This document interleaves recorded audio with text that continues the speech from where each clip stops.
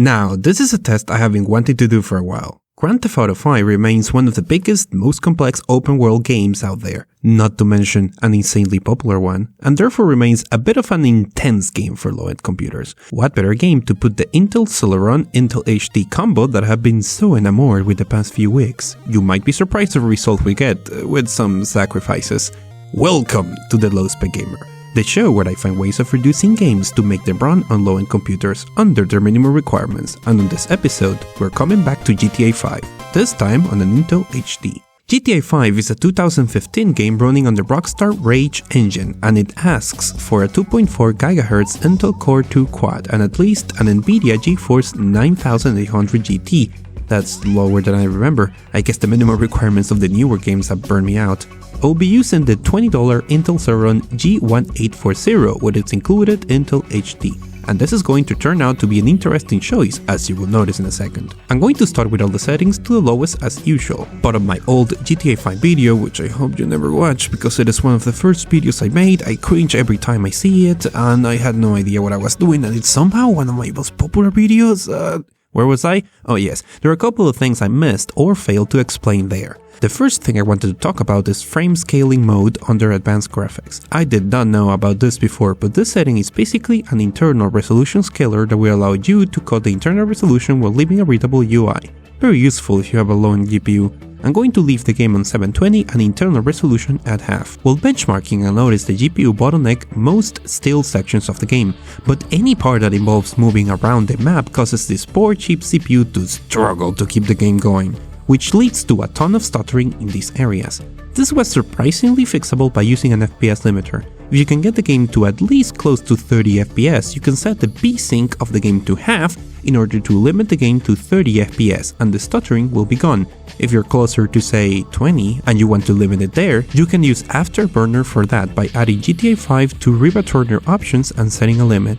Okay, but what if you need a little help with getting to that 20 or 30 FPS? The first thing I'm going to do is to remind you that you can disable shadows by going into Documents, Rockstar Games, GTA 5, Settings.xml, and you can change shadow quality to 0.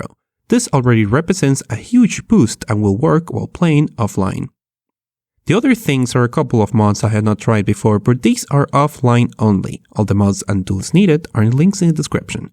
The first comes courtesy of this Reddit thread on the LowSpecGamer subreddit that inspired me to make this video. Thanks, RefresherMancer420.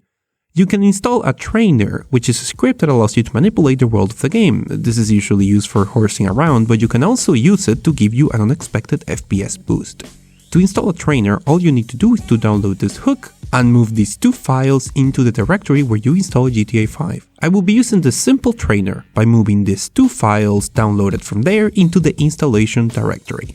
While in-game, you can open the trainer with F4, and in the first page of options you can disable all cards and extra pedestrians, leaving only key missing characters. You can turn them back on at any moment if you need it, but do not underestimate the boost of disabling so many objects, even if it affects your game experience a little bit. Oh, I made a mistake. My thing is gone. Now I have nothing to write. Hello? Anybody?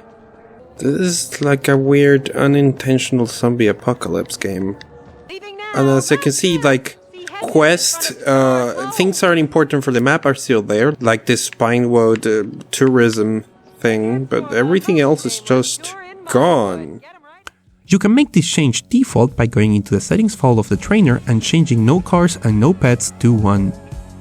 Hey, but maybe you still want pedestrians. Better if they look like this, right? This is GTA 5 Extreme Low-End mod. While this has been discontinued, it still seems to work pretty well on single player. Not only by reducing the level of details of these things, but also by cutting the draw distance of the game and pretty much removing all grass. Download the mod to get all the files you need, and before modding, I will highly recommend you back up your GTA 5 installation directory in case you want to unmod the game. To install this mod, you need to install OpenIV, the GTA 5 modding tool. Hello, this is Alex from the future. While editing this video, Take-Two decided to kill OpenIV.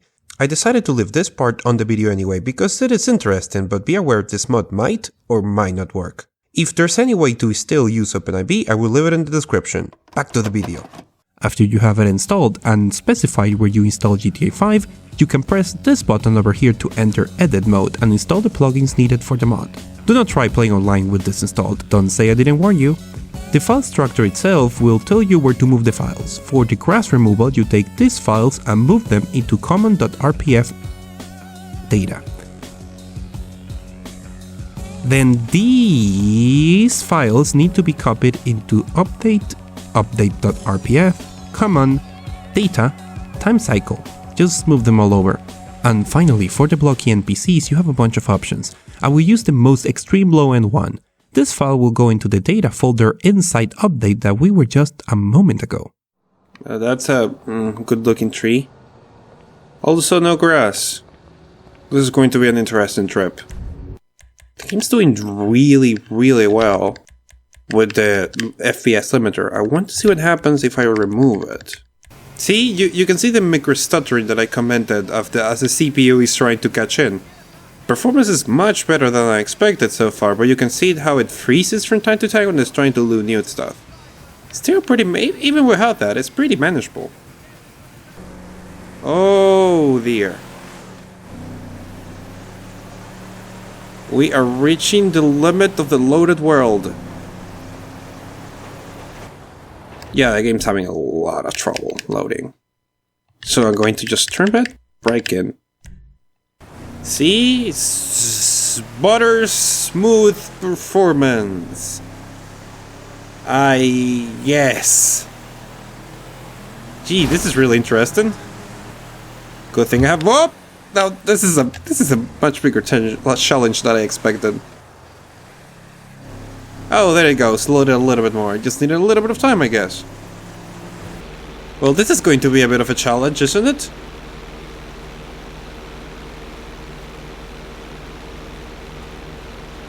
Welcome to the... Oh! Okay, that wasn't expected. Oh, I'm sorry, I couldn't see! No, wow. I don't know if I would recommend this draw distance while flying. Oh, better get out of the way. Hello, sir, you're looking... I don't even have comments for this. Oh boy. That is all for this video. This has been an interesting experiment. GTA 5 continues to be an interesting game to try and run on all sorts of configurations. When this video is out, I might be out on a little adventure, but if you have any questions or comments, you can get me on social media or the growing LowSpecGamer subreddit. Or you can just share memes. Thank you to all Patreon contributors. I will see you on the next video.